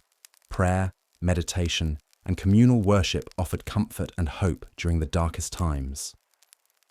These practices weren't just about belief in divine intervention, though that was certainly important to medieval people. They were also about creating mental frameworks that could accommodate suffering while maintaining hope for better times ahead. The anticipation of spring served as a powerful psychological tool for maintaining motivation and hope during the deepest winter months. Medieval communities developed techniques for marking the gradual passage of time towards spring, celebrating small milestones that indicated progress toward warmer weather. These weren't elaborate festivals, but simple acknowledgements that time was passing and that winter would eventually end. The management of grief and loss during winter months required particular sensitivity because death was more common during the harsh months and burial was often impossible until spring. Medieval communities developed rituals and practices for mourning the dead, while maintaining the psychological strength needed for continued survival. These practices balanced the need to honor the deceased with the necessity of focusing on the living. Sleep management during medieval winters involved more than just staying warm through the night. The long hours of darkness and the stress of survival could disrupt normal sleep patterns, leading to exhaustion and depression that could be dangerous. Medieval families developed techniques for maintaining healthy sleep schedules despite challenging conditions, understanding that adequate rest was essential for both physical and mental health. The transition between different phases of winter required psychological adjustment as well as practical changes in survival strategies. The shift from early winter optimism to deep winter endurance and then to late winter hope, mixed with caution, required mental flexibility and emotional resilience. Medieval communities developed techniques for helping people navigate these psychological transitions successfully. Community support systems during medieval winters weren't just about sharing physical resources. They were also about providing emotional and psychological support to individuals and families who were struggling. Communities developed informal but effective networks for identifying people who were having difficulty coping with winter stresses, and for providing the support needed to help them maintain their mental health. The development of individual psychological resilience during medieval winters was seen as a community responsibility because the mental health of each person affected the survival chances of everyone. Techniques for building emotional strength, for maintaining hope during difficult times, and for finding meaning and purpose even in desperate circumstances, were taught and practiced as essential survival skills. The legacy of medieval psychological survival techniques provides insights that remain relevant today. Their understanding that mental health and physical survival are intimately connected, that community support is essential for individual resilience, and that hope and meaning can be maintained even in the most challenging circumstances, offers lessons for modern people facing their own survival challenges. These weren't primitive people struggling blindly through harsh conditions. They were sophisticated practitioners of psychological survival who developed techniques that enabled human communities to maintain their humanity, even in the face of conditions that threatened to reduce them to mere biological survival. The preservation of sanity during medieval winters required an understanding of human nature that went deeper than simple survival tactics. Medieval peasants recognized that the mind, like the body, needed nourishment to endure the long months of darkness and cold. They developed what we might call primitive but effective forms of therapy, techniques for processing trauma, and maintaining emotional equilibrium when external conditions pushed people to their psychological breaking points. Music played a crucial role in these mental health strategies, though not the elaborate compositions we might imagine. Simple songs, often work songs or folk melodies passed down through generations, served multiple purposes during winter months. Singing while working helped maintain rhythm and coordination during tedious tasks. Group singing during evening gatherings created social bonds and shared emotional experiences. Even humming quietly while performing solitary work could help maintain mental focus and prevent the kind of brooding that could spiral into dangerous depression. The creation of beauty, however modest, was another essential element of psychological survival. Medieval peasants understood intuitively that humans need more than mere biological survival to maintain their will to live. Even in the depths of winter hardship, families found ways to create small moments of aesthetic pleasure.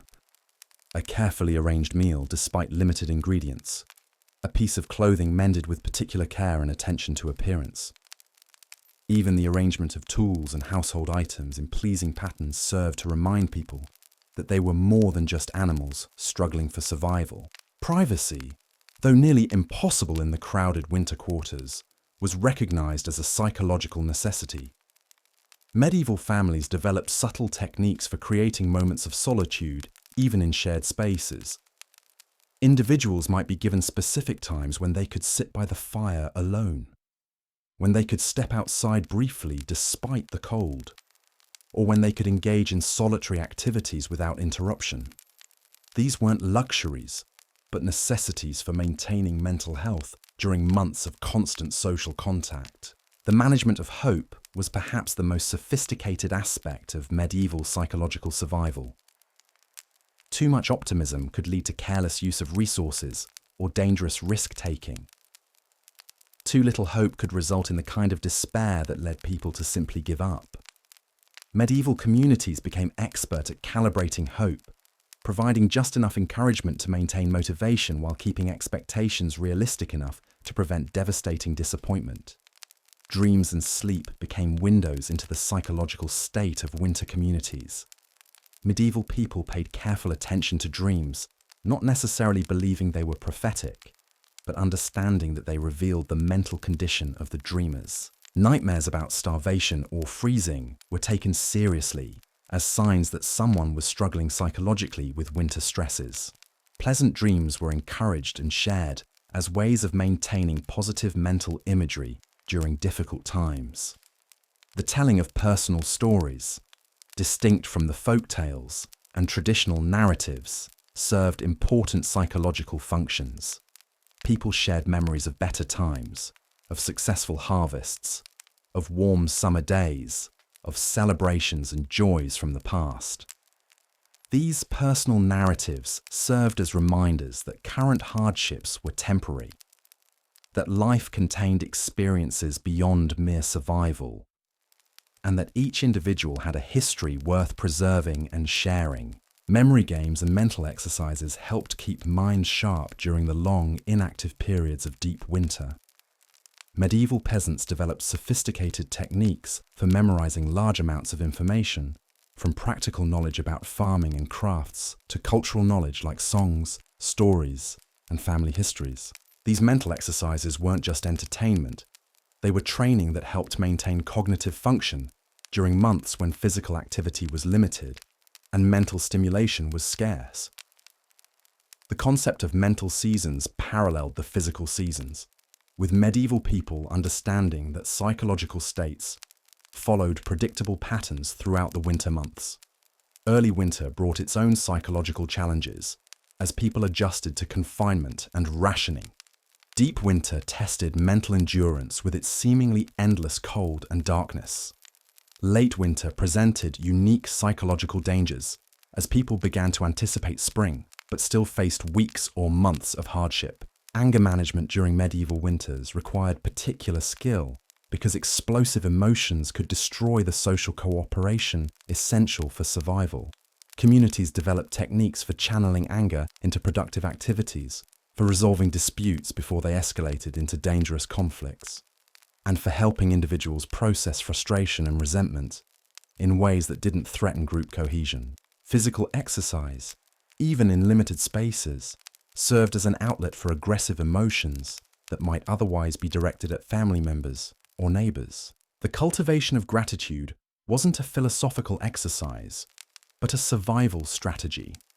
Medieval peasants understood that focusing on what they lacked could lead to dangerous despair, while acknowledging what they still possessed could maintain the psychological strength needed to continue struggling.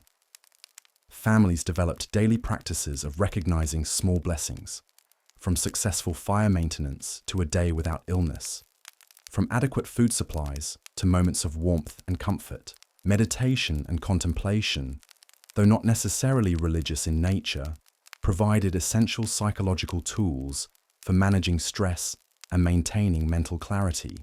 Medieval people developed techniques for quiet reflection that could be practiced even in crowded, noisy living spaces. These practices helped individuals process their experiences, maintain perspective on their situations, and find internal sources of strength when external conditions seemed overwhelming. The management of time perception during medieval winters was crucial because the long dark months could seem endless, leading to psychological despair. Communities developed techniques for marking the passage of time, for celebrating small milestones, and for maintaining awareness that winter was progressing toward its eventual end. These weren't elaborate calendars or formal timekeeping systems, but simple ways of acknowledging that each day survived was a step closer to spring. Social roles and hierarchies often shifted during winter months, as different skills became more valuable and different personality types proved better suited to winter survival. Medieval communities learned to be flexible about leadership and authority, allowing individuals with particular winter survival skills to take on greater responsibility regardless of their status during other seasons. This flexibility helped maintain community effectiveness, while also providing opportunities for individuals to find purpose and recognition during the challenging winter months. The processing of trauma was an ongoing necessity during medieval winters because harsh conditions regularly exposed people to experiences that would challenge anyone's psychological stability. Death of family members, near starvation, dangerous cold exposure, and constant stress all created traumatic experiences that had to be processed and integrated. Medieval communities developed informal but effective techniques for helping people work through traumatic experiences while maintaining their ability to function. Communication patterns within families and communities changed dramatically during winter months as people adapted to close quarters and limited privacy.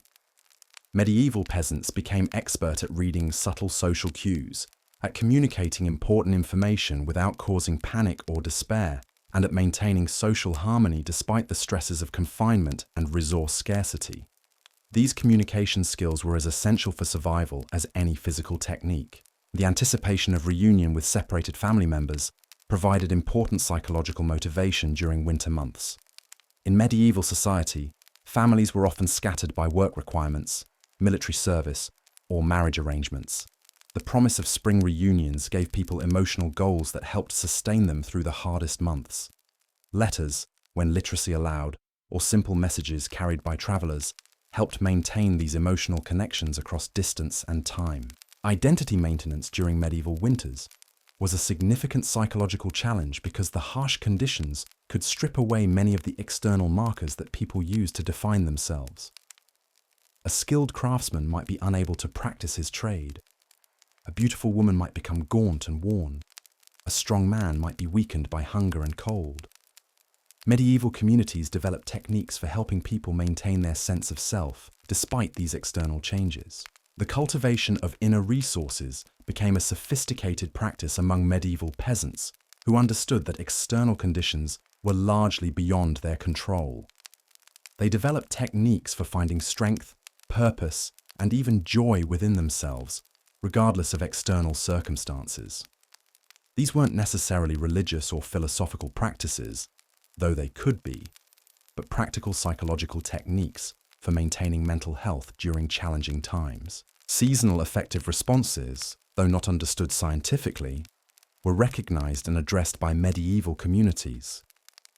They understood that the long darkness and cold could affect people's moods and energy levels in predictable ways.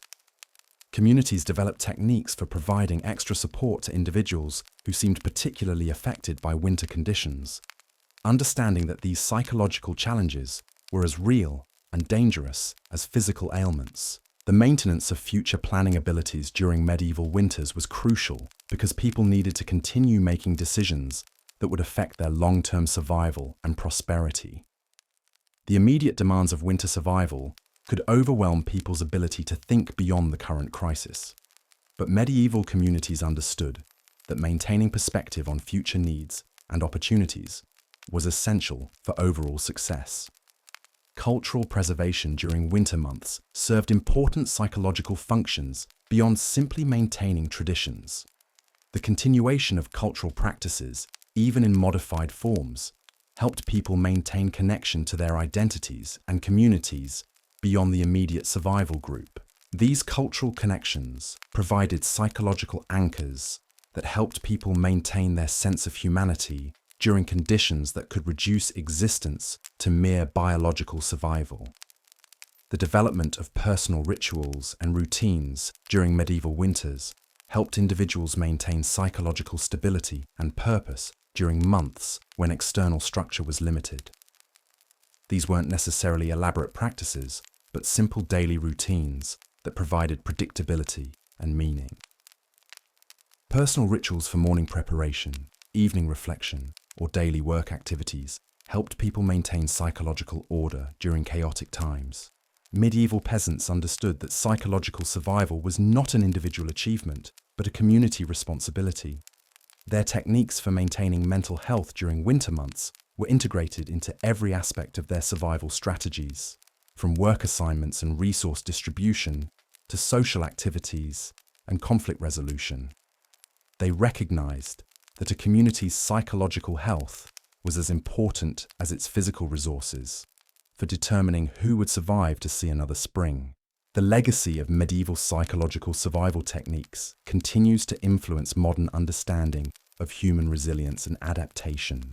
Their integration of mental and physical survival strategies, their emphasis on community support for individual psychological health, and their practical approaches to maintaining hope and purpose during extreme hardship provide insights that remain relevant for anyone facing serious survival challenges.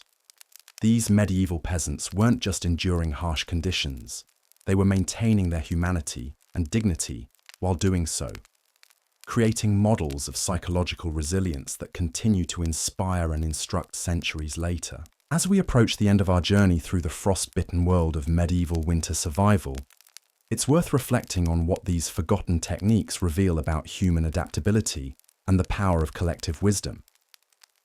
The peasants we've followed through their darkest months weren't just enduring winter, they were mastering it, transforming what could have been a season of death into a testament to human ingenuity and cooperation. Their approach to winter survival was holistic in ways that modern people are only beginning to rediscover. They understood that keeping warm wasn't just about fire and clothing, that staying fed wasn't just about stored grain, and that staying alive wasn't just about individual strength. Every aspect of their survival system was interconnected, from the social bonds that held communities together to the psychological techniques that maintained hope during the darkest months. Perhaps most remarkably, these medieval survival strategies weren't developed by experts or specialists, but by ordinary people facing extraordinary circumstances. Generation after generation refined these techniques, each winter teaching new lessons that would be passed down to children and grandchildren. This wasn't formal education, but practical wisdom earned through experience, tested by necessity, and proven by survival. The tools and technologies they developed were marvels of efficiency, created from whatever materials were available and designed to serve multiple purposes. A single implement might serve for cooking, heating, construction, and defense. Nothing was wasted, everything was maintained, and innovation emerged from the constant pressure to do more with less. These weren't primitive tools, but sophisticated solutions to complex problems, refined over centuries of use. Their understanding of nutrition and food preservation was equally sophisticated, based on careful observation of what worked and what didn't. They knew which foods provided energy for cold weather work, which preserved best through long storage, and which seemed to prevent the illnesses that plagued malnourished communities. Modern science has validated many of their practices, but they discovered these truths through practical experimentation long before anyone understood the chemistry behind them. The psychological aspects of their survival systems were perhaps the most advanced of all. They understood that maintaining mental health and community morale was as important as maintaining physical health and resource supplies.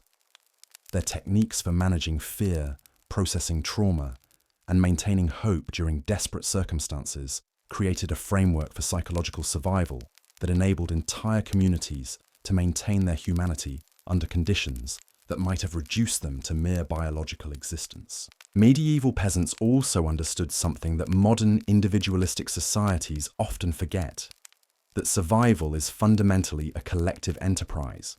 Their networks of mutual aid, their systems for sharing resources and knowledge, their protocols for caring for the most vulnerable members of their communities, all reflected an understanding that individual survival depended on community survival. No family could make it through winter alone, but communities that worked together could overcome seemingly impossible challenges. The seasonal rhythms they developed created annual cycles of preparation, endurance, and recovery that shaped not just individual years, but entire lifetimes. Children who grew up in these systems absorbed not just practical skills, but deeper wisdom about adaptation, cooperation, and resilience. This knowledge shaped their approach to all of life's challenges, creating communities that were stronger and more adaptable than the sum of their individual members. Their relationship with the natural world was based on careful observation and deep respect for forces beyond human control. They read weather signs, understood animal behavior, and worked with natural cycles rather than fighting against them. This wasn't romanticized nature worship, but practical knowledge that enabled them to predict and prepare for changing conditions. The building techniques they developed created structures that were perfectly adapted to their specific needs and resources. These weren't the grand castles and cathedrals that dominate our image of medieval architecture, but humble buildings that represented sophisticated understanding of thermal dynamics, structural engineering, and resource management. Every stone placed, every gap sealed, every modification made served the single overriding goal of keeping families alive through winter. Their clothing systems represented textile engineering at its most practical and effective. Multiple layers that could be adjusted as conditions changed. Materials that provided insulation while remaining workable. Designs that maximized warmth while allowing for the physical activity necessary for survival. These weren't fashion statements, but survival equipment, developed through generations of refinement and testing. The medical knowledge they accumulated was based on careful observation of what treatments worked and what didn't. Without understanding the scientific principles behind their practices, they developed effective treatments for frostbite, respiratory ailments, and the psychological challenges of winter survival. Their emphasis on prevention over treatment, on community health over individual medicine, created healthcare systems that were remarkably effective given their limited resources. Perhaps most importantly, medieval peasants understood that winter survival wasn't just about getting through the cold months, but about emerging from them strong enough to build successful lives during the warmer seasons. Their winter activities prepared them for spring planting, their community bonds facilitated summer cooperation, and their accumulated knowledge made each subsequent winter more survivable. The legacy of these medieval winter survival techniques extends far beyond historical curiosity. Modern homesteaders rediscover their food preservation methods, survivalists study their resource management strategies, and community organizers learn from their mutual aid systems. Climate researchers examining historical weather patterns find that medieval communities successfully adapted to conditions more severe than anything we face today. Emergency preparedness experts increasingly recognize that the medieval emphasis on community cooperation and local resource utilization offers more realistic models for disaster survival than individual preparedness approaches. Their techniques for maintaining social cohesion under stress, for making collective decisions about resource allocation, and for caring for vulnerable community members provide blueprints that remain relevant in our modern world. Mental health professionals study their approaches to managing trauma, maintaining hope, and processing grief under extreme circumstances.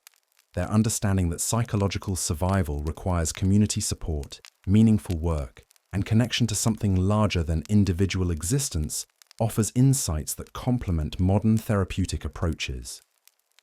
Environmental scientists examine their sustainable resource use practices, their understanding of carrying capacity, and their techniques for living within natural limits.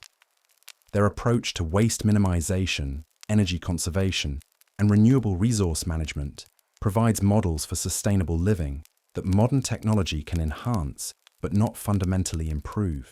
The spiritual dimensions of their survival practices, their understanding that humans need meaning and purpose as much as food and shelter, speaks to fundamental aspects of human nature that transcend historical periods. Their integration of practical survival with cultural preservation, their balance between individual needs and community welfare, and their ability to find joy and beauty circumstances offer lessons about, even in desperate, what it means to live fully human lives. As we face our own challenges, from climate change to social fragmentation to economic uncertainty, the medieval peasant model of survival offers alternative approaches based on cooperation rather than competition, sustainability rather than exploitation, and community resilience rather than individual accumulation. Their techniques weren't just about surviving winter. They were about creating ways of life that could endure through multiple generations of challenges and changes. The forgotten wisdom of medieval winter survival reminds us that human ingenuity, when focused by necessity and guided by collective experience, can overcome seemingly impossible obstacles. These peasants didn't just survive some of the harshest winters in recorded history. They created communities that thrived, cultures that endured, and techniques that continue to inspire and instruct centuries later. Their legacy isn't just historical knowledge, but living wisdom about adaptation, cooperation, and the indomitable resilience of human communities working together toward common survival. In our comfortable modern world, it's easy to forget how recently our ancestors lived this close to the edge of survival, how recently communities depended entirely on their own resources and ingenuity to make it through each winter. Their stories remind us not just of how far we've come, but of capabilities we still possess, of wisdom we've perhaps forgotten, and of the enduring truth that human survival has always been, and will always be, fundamentally, a collective endeavor built on cooperation, ingenuity, and the stubborn determination to see another spring. And so we reach the end of our journey through the frozen corridors of medieval time, where survival wasn't guaranteed by a thermostat or a grocery store, but earned through wisdom passed down through generations of people who understood that winter was both enemy and teacher. Tonight we've walked alongside peasants who turned the art of staying alive into something almost beautiful, a testament to what humans can accomplish when they refuse to surrender to impossible odds.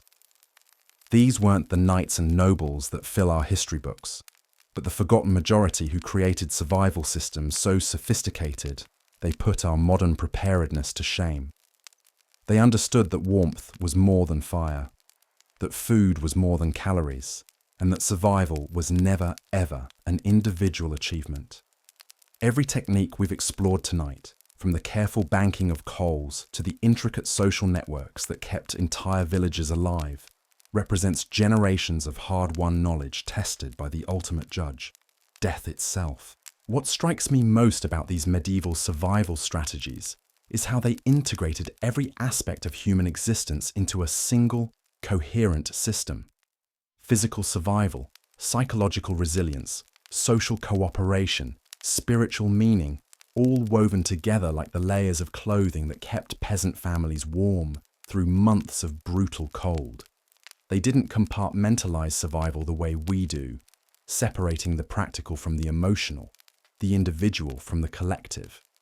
They understood intuitively what modern research is only beginning to confirm, that human survival is holistic, requiring not just resources and techniques, but purpose, community, and hope. Their legacy whispers to us across the centuries, especially relevant now as our own world faces uncertainties that our grandparents could barely imagine. Climate change, social fragmentation, economic instability, these challenges might seem modern, but the fundamental human response to adversity remains unchanged. We still need community, we still need shared knowledge, we still need the stubborn determination to find warmth in the coldest nights. The techniques we've explored tonight aren't museum pieces, but living wisdom, rediscovered by modern homesteaders, survivalists, and anyone who's ever wondered what they would do if the comfortable certainties of modern life suddenly vanished. The medieval peasant's approach to winter survival offers something our technology-dependent world desperately needs. Proof that humans can not only endure the unthinkable, but create meaning, beauty, and even joy while doing so. Perhaps that's the most profound lesson these forgotten people have to teach us, that survival isn't just about staying alive, but about staying human, about maintaining dignity in the face of hardship, finding laughter in desperate circumstances, and never losing sight of the truth that we are stronger together than we could ever be alone. They faced winters that would challenge our modern heating systems with nothing but ingenuity, cooperation, and an unbreakable commitment to seeing another spring. And they didn't just survive, they thrived, creating communities that lasted for centuries, passing down knowledge that still saves lives today. As you settle into your warm bed tonight, perhaps with the sound of central heating humming in the background, remember those who came before, who faced the darkness with nothing but each other and refused to let the cold win. Their story isn't just history, it's instruction, it's inspiration, it's proof that human beings, working together with purpose and determination, can overcome anything winter throws at them, one carefully banked fire at a time. Sleep well, knowing that the same resilience that carried medieval peasants through their coldest nights flows through your veins too, waiting patiently for the moment when it might be needed again. Until next time, stay warm, stay curious, and remember that every comfortable night is built on the wisdom of those who learned to survive, when comfort was just a dream wrapped in layers of wool and warmed by the stubborn flame of human persistence.